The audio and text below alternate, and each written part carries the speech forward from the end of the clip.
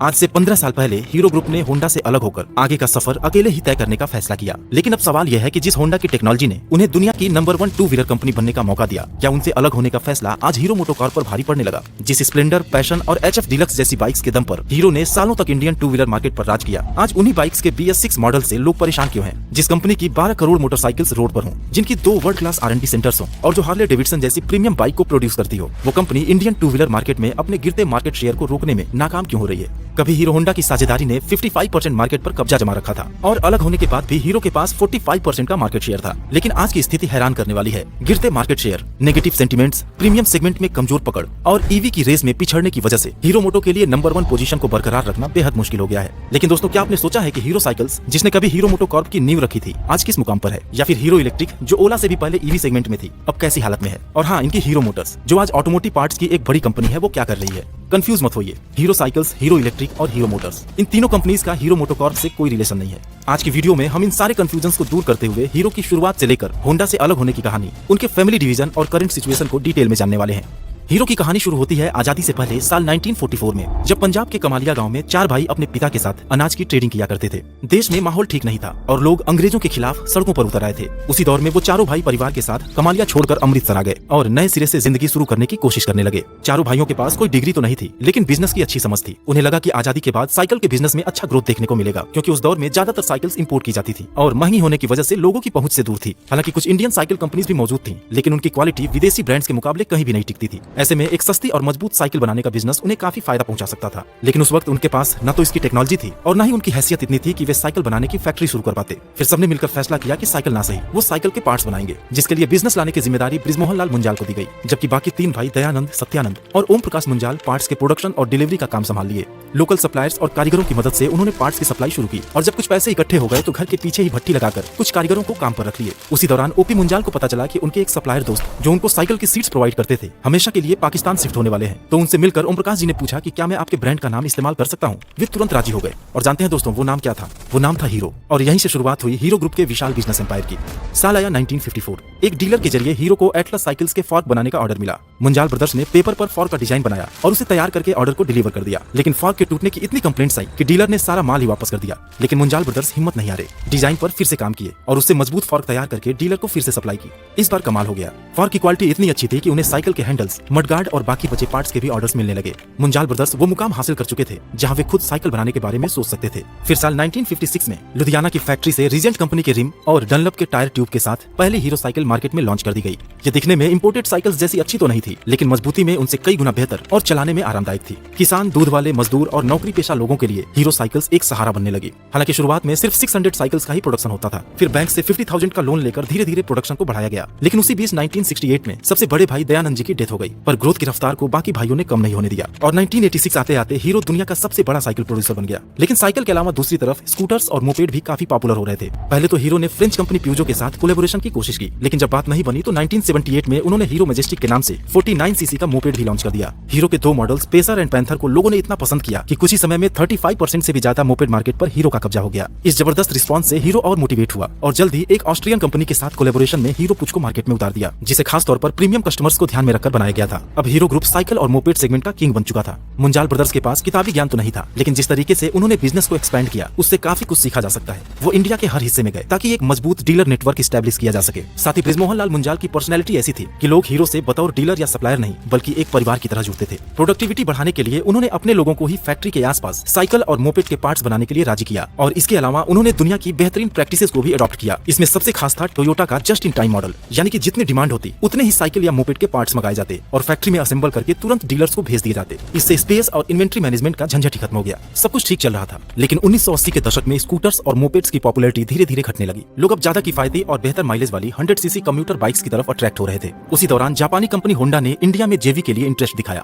कहा जाता है कि 140 कंपनीज ने होंडा के साथ कोलैबोरेशन के लिए अप्लाई किया, लेकिन महीनों के डिस्कशंस और एक लंबी सिलेक्शन प्रोसेस के बाद आखिरकार 1983 में होंडा ने काइनेटिक को स्कूटर्स के लिए और हीरो को बाइक्स के लिए अपने पार्टनर के रूप में सेलेक्ट किया। दोनों के बीच एक म्यूचुअल एग्रीमेंट हुआ कि बाइक की टेक्नोलॉजी और इंजन होंडा प्रोवाइड करेगा, जबकि बॉडी हीरो बनाएगा। और हाँ, दोनों जब तक इस जेवी में साथ रहेंगे एक दूसरे के अगेंस्ट कोई भी प्रोडक्ट लॉन्च नहीं करेंगे। लेकिन यह एग्रीमेंट एक नॉन कंपटीशन क्लॉज के रूप में नहीं था, यानी कि कोई कानूनी बाध्यता नहीं थी, बल्कि यह एक एथिकल एग्रीमेंट था। बृजमोहन लाल मुंजाल के बेटे रमनकांत मुंजाल को हीरो होंडा की कमान सौंपी गई और 1985 में हरियाणा के धारूहेड़ा प्लांट में बनी हीरो होंडा की पहली बाइक CD100 को इंडियन मार्केट में लॉन्च कर दिया गया। Feel it, shut it, forget it, इस टैग लाइन के साथ हीरो होंडा ने लोगों को एक ऐसी अफोर्डेबल, फ्यूल एफिशिएंट और लो मेंटेनेंस बाइक का ऑप्शन दिया जिसने मार्केट में आते ही तहलका मचा दिया। और CD100 की सक्सेस के बाद उनकी दूसरी बाइक हीरो होंडा स्लीक को मार्केट में उतारा गया। फिर साल आया लिबरलाइजेशन का, जहां एक तरफ बाकी सारी ऑटोमोबाइल कंपनीज विदेशी ब्रांड्स के आने से तगड़ा कंपटीशन फेस कर रही थी, वहीं हीरो होंडा की सेहत पर इसका कोई असर नहीं पड़ा। लेकिन एक शॉक उनको तब लगा जब इसी साल अचानक रमनकांत मुंजाल की डेथ हो गई। लेकिन बृजमोहन जी ने अपने दूसरे बेटे पवन मुंजाल के साथ कंपनी की बागडोर को फौरन अपने हाथ में ले लिया। हीरो होंडा में एक नए दौर की शुरुआत हो चुकी थी, क्योंकि पवन मुंजाल बिजनेस को डाइवर्सिफाई करने के साथ ही अपने ब्रांड को तेजी से दुनिया के हर कोने में पहुंचाना चाहते थे। फिर साल 1994 में कंपनी उस बाइक को मार्केट में लेकर आई जिसने हीरो होंडा की किस्मत बदल दी, हीरो होंडा स्प्लेंडर। सेल्स इतनी तेजी से आगे बढ़ा कि साल 2001 तक हीरो होंडा दुनिया की नंबर 1 टू व्हीलर कंपनी बन गई। अब ऊपर से देखने में तो सब कुछ काफी अच्छा लग रहा था, लेकिन हीरो और होंडा के बीच सब कुछ ठीक नहीं था। उनके बीच कुछ ऐसे मतभेद थे जो धीरे धीरे उनके रिश्तों में दूरियां बढ़ा रहे थे। हालांकि हीरो और होंडा काफी मैच्योर प्लेयर्स थे, इसलिए कंपनी की ग्रोथ या सेल्स पर इसका असर नहीं दिखा। एक तरफ थी होंडा, दुनिया की सबसे बड़ी टू व्हीलर कंपनी, जो ना तो टेक्नोलॉजी में किसी से पीछे थी और ना ही पैसों की कमी थी। सिर्फ इंडियन मार्केट में एंटर करने के लिए उन्होंने हीरो जैसे एक छोटे से साइकिल ब्रांड को सेलेक्ट किया था। लेकिन लिबरलाइजेशन के बाद वह अकेले अपने दम पर इंडिया में बिजनेस करने के लिए आजाद थे। दूसरी तरफ था हीरो, जिसे होंडा ने ही इस मुकाम तक पहुंचाया था। लेकिन जब वो इंडिया के बाहर भी अपने बिजनेस को एक्सपेंड करना चाहे तो होंडा उसमें रुकावट बनने लगा, क्योंकि कुछ पड़ोसी देश जैसे नेपाल, श्रीलंका और बांग्लादेश के अलावा हीरो होंडा की बाइक्स को एक्सपोर्ट करने की इजाजत नहीं थी। इसलिए हीरो ग्रुप को लगा कि अगर आगे बढ़ना है तो खुद का इंजन डेवलप करना होगा, और वो अपने प्रॉफिट का ज्यादातर हिस्सा रिसर्च एंड डेवलपमेंट पर खर्च करने लगे। यह देखकर होंडा को एहसास हुआ कि हीरो अब उनसे अलग होने की तैयारी करने लगा है। फिर क्या था, दोनों कंपनीज ने एक के बाद एक कुछ ऐसे स्टेप्स लेने शुरू कर दिए जिससे उनके बीच की दरार बढ़ती चली गई। जैसे कि साल 95 में होंडा ने श्रीराम ग्रुप के साथ होंडा CL कार्स इंडिया की शुरुआत की और होंडा सिटी को इंडिया में लॉन्च कर दिया। लेकिन 4 व्हीलर सेगमेंट के लिए उसने हीरो ग्रुप को कंसीडर तक नहीं किया। और रही सही कसर 2001 में तब पूरी हो गई जब होंडा ने काइनेटिक के साथ अपने जेवी को खत्म करके Honda motorcycle and scooters India के नाम से एक अलग ही कंपनी स्टैब्लिश कर दी और साल 2001 में होंडा एक्टिवा को मार्केट में उतार दिया। होंडा चाहती थी कि हीरो अपने स्पेयर पार्ट्स डिवीजन को HMSI के साथ मर्ज कर दे, लेकिन हीरो ने इस प्रपोजल को सिरे से खारिज कर दिया। जिसके बाद होंडा अपने डीलर एंड डिस्ट्रीब्यूशन नेटवर्क को मजबूत करने में जुट गया और जल्द ही यूनिकॉर्न और होंडा साइन जैसे बाइक्स को उसी प्राइस सेगमेंट में उतार दिया जिसमें हीरो होंडा की बाइक्स पहले से ही मौजूद थी। जिसके जवाब में हीरो ने भी साल 2005 में एक्टिवा के अगेंस्ट अपनी पहली स्कूटर हीरो प्लेजर को लॉन्च कर दिया। अब इतना सब कुछ होने के बाद साथ रहना मुश्किल था, क्योंकि दोनों कंपनीज इंडिपेंडेंट रूप से काम करना चाहती थी। इसलिए साल 2010 में हीरो और होंडा ने एक दूसरे से अलग होने का ऐलान कर दिया। हीरो होंडा में दोनों कंपनीज के 26% स्टेक थे, जिसमें होंडा के 26% स्टेक को खरीदकर हीरो ने कंपनी का नाम हीरो मोटोकॉर्प रख दिया। लेकिन ये साल सिर्फ हीरो और होंडा के अलग होने का साल नहीं था, बल्कि मुंजाल परिवार में भी प्रॉपर्टी का डिवीजन हुआ। सबसे बड़े भाई दयानंद मुंजाल के परिवार को मजेस्टिक ऑटो मिला, जो आज मोपेड के बिजनेस को बंद करके real estate and financial investments के फील्ड में एंटर कर चुके हैं। सत्यानंद मुंजाल को हीरो मोटर्स दिया गया, जो आज ऑटोमोटिव कंपोनेंट्स की एक लीडिंग कंपनी है। इसके अलावा हीरो साइकिल्स को ओपी मुंजाल ने संभाल लिया और बाकी बचा हीरो मोटोकॉर्प, जिसकी जिम्मेदारी बृजमोहन लाल मुंजाल को दी गई। लेकिन दोस्तों, अब कहानी पूरी तरह से बदलने वाली थी, क्योंकि हीरो अभी भी अपना खुद का इंजन डेवलप नहीं कर पाया था। उसने होंडा से अगले कुछ सालों तक सपोर्ट के लिए बोला। होंडा राजी तो हुआ कि साल 2014 तक वो अपना इंजन हीरो को प्रोवाइड करता रहेगा, बशर्ते इसके बदले हीरो को मोटा रॉयल्टी पे करना होगा, साथ ही बाइक्स को हीरो होंडा के नाम से ही बेचना होगा। मुंजाल साहब के सामने चुनौतियों का एक पहाड़ खड़ा था, क्योंकि अगले 3-4 सालों में ही उन्हें खुद का R&D सेंटर, मैन्युफैक्चरिंग प्लांट और सप्लाई चेन स्टैब्लिश करना था। लेकिन 2014 में ही राजस्थान के निमराना में अपना पहला प्रोडक्शन यूनिट शुरू करके उन्होंने दिखा दिया कि वाकई में वो हीरो है। लेकिन दोस्तों, अलग होने से पहले जिस हीरो होंडा का इंडियन टू व्हीलर मार्केट के लगभग 55% पर कब्जा था, वो अलग होते ही 45% और 20% पर आ गया। लेकिन तब से लेकर आज तक हीरो के मार्केट शेयर में इतनी गिरावट है कि कभी भी होंडा उनसे आगे निकल सकता है। लेकिन आप सोच रहे होंगे कि हीरो तो आज भी नंबर 1 है और स्प्लेंडर और HF डीलक्स की सेल्स के आगे तो होंडा कहीं टिकता ही नहीं। थोड़ा समय दीजिए और आगे के डेटा को देखिए, आप समझ जाएंगे कि हीरो को अपनी बादशाहत कायम रखने के लिए कितने पापड़ बेलने पड़े और उनकी नंबर 1 की पोजीशन पर आज तलवार क्यों लटकी हुई है।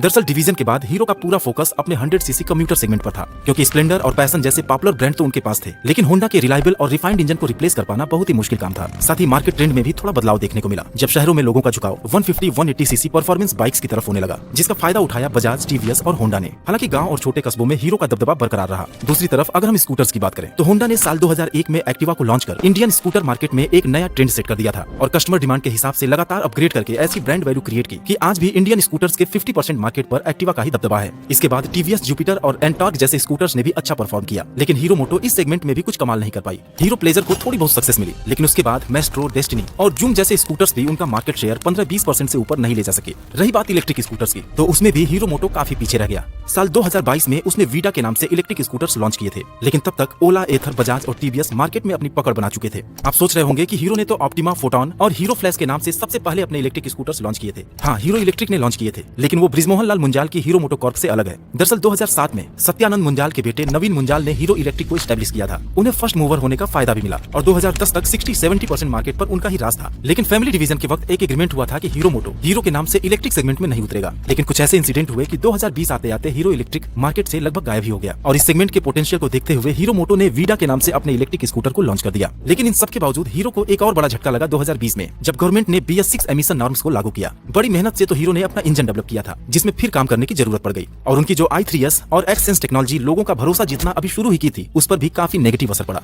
वजह थी कि जहां एक तरफ स्प्लेंडर और HF डिलक्स जैसे पॉपुलर बाइक्स के दाम में 5 to 10,000 का इजाफा हो गया, वहीं दूसरी तरफ इंजन के पावर एंड परफॉर्मेंस में भी कमी महसूस हुई। इंजन पहले जैसा स्मूथ नहीं रहा और थ्रॉटल रिस्पांस में भी कमी देखने को मिली। ये सारे रीजंस काफी थे हीरो मोटोकॉर्प की सेल्स को नीचे ले जाने के लिए। और आज की बात करें तो हीरो और होंडा के बीच सेल्स का फासला इतना कम हो गया है कि अगर जल्द ही होंडा हीरो से आगे भी निकल जाए तो हैरानी नहीं होगी, क्योंकि जिस हीरो का मार्केट शेयर 45% था, वो 2024 के सेल्स डेटा के हिसाब से 31% पर आ गया है, जबकि होंडा 20% से बढ़कर लगभग 30% मार्केट पर कब्जा कर चुका है। लेकिन दोस्तों, जिस हीरो को नंबर 1 पर रहने की आदत हो, वो हार कैसे मान सकता है? हीरो ने इन सारे इश्यूज को बारीकी से एनालाइज किया है और इसे सॉल्व करने के लिए तेजी से काम हो रहा है। परफॉर्मेंस बाइक्स के लिए R&D में भारी निवेश करके एक्सपल्स, एक्सट्रीम और करिश्मा जैसे मॉडल लॉन्च किए गए हैं, ताकि पल्सर और अपाचे को कड़ी टक्कर दी जा सके। और एक कदम आगे बढ़ते हुए हीरो ने हार्ले डेविडसन के साथ भी कोलैब किया है, ताकि प्रीमियम सेगमेंट में भी अपनी पकड़ मजबूत बना सके। और अगर EV सेगमेंट में भी वीडा की एंट्री को देर आए दुरुस्त आए कहा जाए तो गलत नहीं होगा। 2024 में टोटल 2 व्हीलर्स की सेल्स करीब 18 मिलियन रही, जिसमें से सिर्फ 5-6% इलेक्ट्रिक स्कूटर्स थे। और इस सेगमेंट में वीडा ने 2023 के मुकाबले 355% की ग्रोथ दर्ज करते हुए 55,000 से भी ज्यादा स्कूटर्स सेल किए हैं। आज एथर एनर्जी में भी हीरो का 40% स्टेक है। साथ ही बाइक्स के परफॉर्मेंस रिलेटेड इश्यूज को काफी सुधार कर हीरो अपने सेल्स एंड सर्विस को पहले से बेहतर बनाने पर ध्यान दे रही है। हमें उम्मीद है कि अगले कुछ क्वार्टर्स में ये सारे एफर्ट्स उनके बैलेंस शीट